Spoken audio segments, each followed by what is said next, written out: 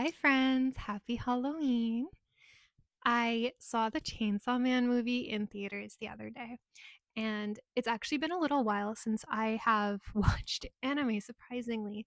I'm much more of a reader. Even if there's a manga that I really like, I'm not always that drawn to watching the anime. I know the manga goes more in depth. I'm more of a reader. I like making up the pictures in my head more than watching them on the big screen for the most part. However, I will say seeing Chainsaw Man in theaters, well, I was gonna say life changing. My life hasn't been changed, but it was fantastic. I really, really, really did enjoy it. I will say, I saw it in 4DX. I didn't know what 4DX was before I saw it. My body hurt after that. It was a whole experience. I think I was actually only able to watch like 75% of the movie because for the other 25%, I was bracing myself for the roller coaster. Because in 4DX, it moves you every which way.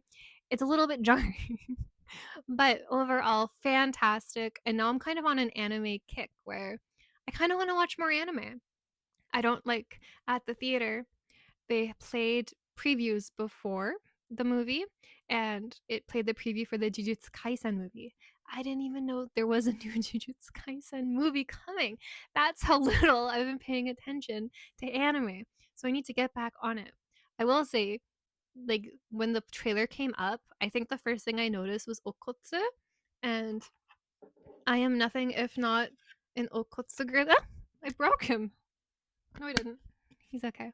I am nothing if not an Okotsu girly. He's my favorite. I love him so much. And he was the first thing I noticed when the trailer started. And my heart was like thumping. I was really, really excited. So obviously I'm gonna see that in theaters December 6th, I think. But so trying to get back more into anime. There's only 2 months left until the winter anime season starts, and I wanted to take a look at everything that I think I might enjoy watching for the current fall season. I know I'm jumping ahead. There's not really anything I really want to watch going on right now. And even if there was, I do kind of prefer starting things that have already finished because, like, I either want to start where everybody else starts and watch it as a community, or I want to watch everything in one go. I don't want to have to watch like 6 episodes just to catch up, you know? So, gonna skip over fall, go straight into winter. And there are quite a few series that I actually think I might really enjoy. And I wrote them all down on my iPad, so let's talk about them. First one, no surprise, it's the Jujutsu Kaisen Season 3, the Calling Game. This one is a Mappa production. I didn't know Chainsaw Man was also Mappa. I don't know that much about anime, but I'm learning. So this is a Mappa production. This one, as far as I know, so there's season 2, which I haven't finished. I have to finish. Season 2, then the movie that's coming out in December, and then season 3. That's the watch order you're supposed to watch it in. It seems like the December movie will have bits and pieces of season 3 in it, just from what I've read online. I don't know how true that is. I kind of hope it's all new, but I'm going to enjoy it either way, most likely. The next one is also one that I need to finish season 1. It's season 2 of Jigokuraku. This is another one. I love me a dark fantasy series, obviously. This is one, it's also Mappa, and I really like Mappa apparently. I read most of the manga, really, really liked it. I did think it was pretty unique. I didn't finish season 1 of the anime, but I really did enjoy what I did watch. I just stopped watching it. So that's one I'm going to, at least I'm going to complete season 1, hopefully before January. And then I'm going to try, at the very least, to continue on. Because I did read the manga, I may end up dropping it and just continuing to read the manga because it's not my all-time favorite. Like Jujutsu Kaisen, I'll give me everything Jujutsu Kaisen and I will devour it. But there's only a few series like that. So we'll see if Jigokuraku becomes one of those series for me. At the current moment, it is not. Next one is one I'm pretty excited for. This is, like, as of right now, this is the only shounen romance series that I've actually genuinely enjoyed, and it's called You and I Are Polar Opposites. This one, it's a Shonen Jump series. It's by Lapin Track. I've never heard of them, but that's who it's by. And I'll read the premise here because I'm bad at summarizing. Why not let somebody else do it for me? And this is everything is from any chart. That, like, if I'm stealing a premise, it's from any chart. So Suzuki's a high school girl in love, but the guy she's fallen for is nothing like her. While she's cheerful, outgoing, and always trying to fit in, her classmate Yusuke Tani is stoic, quiet, and doesn't seem to care what people think of him. Will Suzuki be able to overcome her anxieties and ask him out? Or will she discover that opposites really don't attract? That's the premise. It's such a cute series. The comedy really, really hits well. It has, I'm nitpicky. I'm so nitpicky with my comedy. And this series has the kind of comedy that I love. And so it just drew me right in. I thought it was really, really funny. It's like kind of awkward, cute in its romance, which fits perfectly for a high school romance setting. I've only read the first volume, though I do own the first two, but I haven't read it. So I'm probably going to hold off reading volume 2 until I watch the anime, because if I don't know what's happening, maybe I'll be able to give it an actual fair shot. The next one is also one I've only read the first volume for, but I did really, really like it. And it's The Invisible Man and His Soon to Be Wife. This one is also by a company that I don't know. Project Number 9 is the name of the production company. This series started out as a web comic and then moved on to manga form, and now it's moving on to anime. And I just think it's really sweet. Again, it's not groundbreaking. This is a series that I borrowed through the library, and I liked it enough that I did read it, but I didn't feel all that compelled to grab volume 2 right away, and that's why I still haven't read it. But I do enjoy it. Here is the premise. This one I'm stealing as well. Akira Tonome is an invisible gentleman who runs a detective agency, and Shizuka Yako is a mild mannered human female who works there. Shizuka can always find Akira, even when he turns completely invisible. A quiet love begins to blossom between them as the invisible man and blind girl grow closer to each other. It's such a nice series. So he's invisible, obviously, and she's blind, and she's always able to find him. It's just cute. He gets really flustered, and she kind of does too. It's just really nice. It's like I'll say like it's a laid back fantasy where like the setting is fantasy, but it's kind of irrelevant for the most part for the story, which I do like sometimes. I do like it when the fantasy is just kind of like matter of fact commonplace, like you don't really think too much of it. It's just happening in the background. I think that's nice sometimes. Okay, moving on. This is one that I had never ever heard before, but I did think the premise sounded really interesting, so I'm including it on my list. This one's called Erisu no Seihai, and it's by Ashi Productions, another production company I've never heard of. This one's from a light novel, which makes sense. I haven't read that many light novels.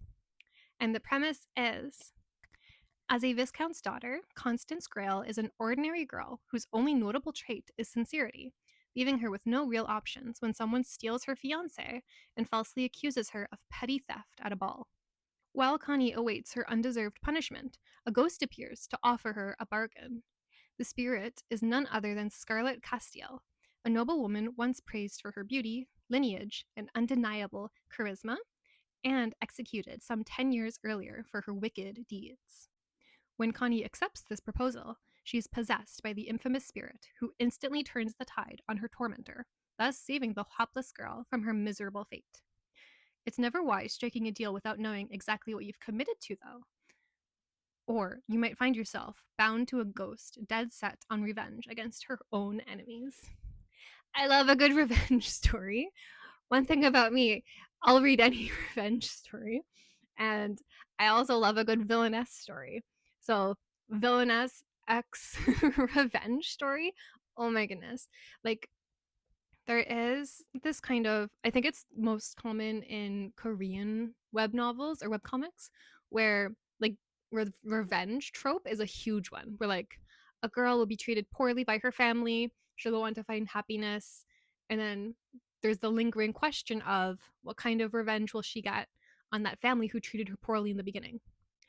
And sometimes she gets like the perfect revenge and it's so satisfying, and like it's worth it. So you'll stay up to 3 a.m. reading to get to that revenge story, and you're so satisfied. You can go to sleep, you feel good, you're refreshed. Other times, the revenge is her going on to live a happy life. And like, yeah, like I get it. Like if it was the real world, sure. In my fantasy books, I want revenge. I want to feel fulfilled that justice was served. So I drop those series. Like I drop them so fast if like revenge isn't gonna happen. And I get a little mad that I wasted my time on like forgive and forget. No, I want revenge. So this one I'm stoked for because revenge is promised, basically. All right, next one. This one is one. Okay, I have two reasons before I introduce it. Two reasons that I'm going to probably watch the whole thing. The art is unique and beautiful, and just about everybody I've ever talked to who has told me to read this manga. And I'm going to mispronounce the name, but it is Champignon no Majo. Tell me if I mispronounced that. Tell me if I said it right, please. Make me feel better about myself. This one is by Typhoon Graphics, another production company I have never heard of before. Okay, here's the premise. Again, I didn't write this, I took this from the official website. Luna is a black witch who lives quietly in a poisonous mushroom house deep within a black forest. She lives in a city making high efficiency medicine, but there's a rumor that if you touch her, you will die. So, naturally, she's avoided. The life of a witch who doesn't know the warmth of people is carefully and momentarily drawn. I think this is about the manga, not the anime. But either way, I do think it sounds interesting. I like a witchy story. Again, the art is so unique. It's so beautiful. I'm ready to try it out. And yeah, that's it. I think it's going to be like a slice of life series. Again, I don't know anything about it. I'm going into this one completely blind. I do think it's going to be like a slice of life, Luna learning how to make friends, maybe make friends with the forest creatures. Don't tell me if I'm wrong, please, because I'm going into this one blind. Okay, two more. Next one is another one I have no prior knowledge about, but I'm excited. It's called Akuyaku Reijou wa Ringoku no Outaishi ni Dekiai Sareru. This one is by Studio Dean, again, never heard of them. And this one is from a light novel. Again, makes sense why I've never heard of it. Premise is very long. Okay, ready? Okay. On the day before her downfall, Lady Tia, gonna copy this. Lady Tiara Rose, Lapis Clementine, it's a long name, recalls that she is in an otome game that she has played once before in her former life. She used to adore the main love interest, Prince Harknight's Lapil Lazuli Lactomuth, but unfortunately, she was not reincarnated as the heroine, but rather as his worst enemy, the villainous fiance. At their graduation ceremony, without blinking an eye, Harknights condemns Tiara Rose for alleged crimes, breaking off his engagement, and proclaims the heroine, Akari, as his new-to-be bride. No matter whether Tiara Rose is innocent, he banishes her from the kingdom regardless. But before her sentence can be carried out, a shocking figure appears. Aquasteed Marine Forest. What's with these names? Aquasteed Marine Forest, the prince of a powerful neighboring country, has been harboring feelings for Tiara Rose for quite some time and announces his intention to marry her. Adored by the prince of another kingdom, what awaits the villainess on her path to a happy ending? Okay, so I'm not going to read this one because I can't even read the names of the main characters. Okay, but it's a villainess story. I always love these kinds of stories. I'm going to try it out. The names bother me a little bit. Maybe I'm being a little bit mean. I will give it a fair shot. I will try it out because I do think it sounds interesting. I do like the typical villainess is kicked out of her home country, finds happiness in a new country, as long as there's like ample revenge. Okay, so I'm hoping her former fiance meets like his downfall somewhere in here, and then I'll be happy. Okay, last one. Dark Moon. I'll premise this one. I'll preface this one by saying I love vampire romances and I love werewolf romances. Okay, more so vampire than werewolf. I don't think I really own many werewolf manga series, at least. I'm always looking though. Okay, I'm always open for them. Okay, so this one is a reverse harem, I think, series. There's 7 main boys with 1 girl, and here is the premise. Welcome to Riverfield, where the most popular boys at two rival schools just so happen to be werewolves and vampires. When a mysterious new student, Soha, transfers to Riverfield, the rivals find themselves inexplicably drawn to her. As a horrible incident starts to shake the town, the boys' forgotten pasts slowly start to unravel, and the world turns upside down. Ooh. In the trailer I watched for this one, the female lead kind of lets it out that she despises vampires, and it seems like the boys are hiding their supernatural identities. So I'm excited. Okay, I haven't watched a good vampire or I don't think I've ever watched a werewolf romance series before, but it's been a while since I've watched a good vampire romance. I think the last vampire manga I read was Rosenblood, and it's been a while since I've read that one. So I'm ready for something new. Okay, I'm ready to be swept off my feet by a strange vampire romance. And that's everything so far. I'm hoping to watch. There are others that I know people will recommend.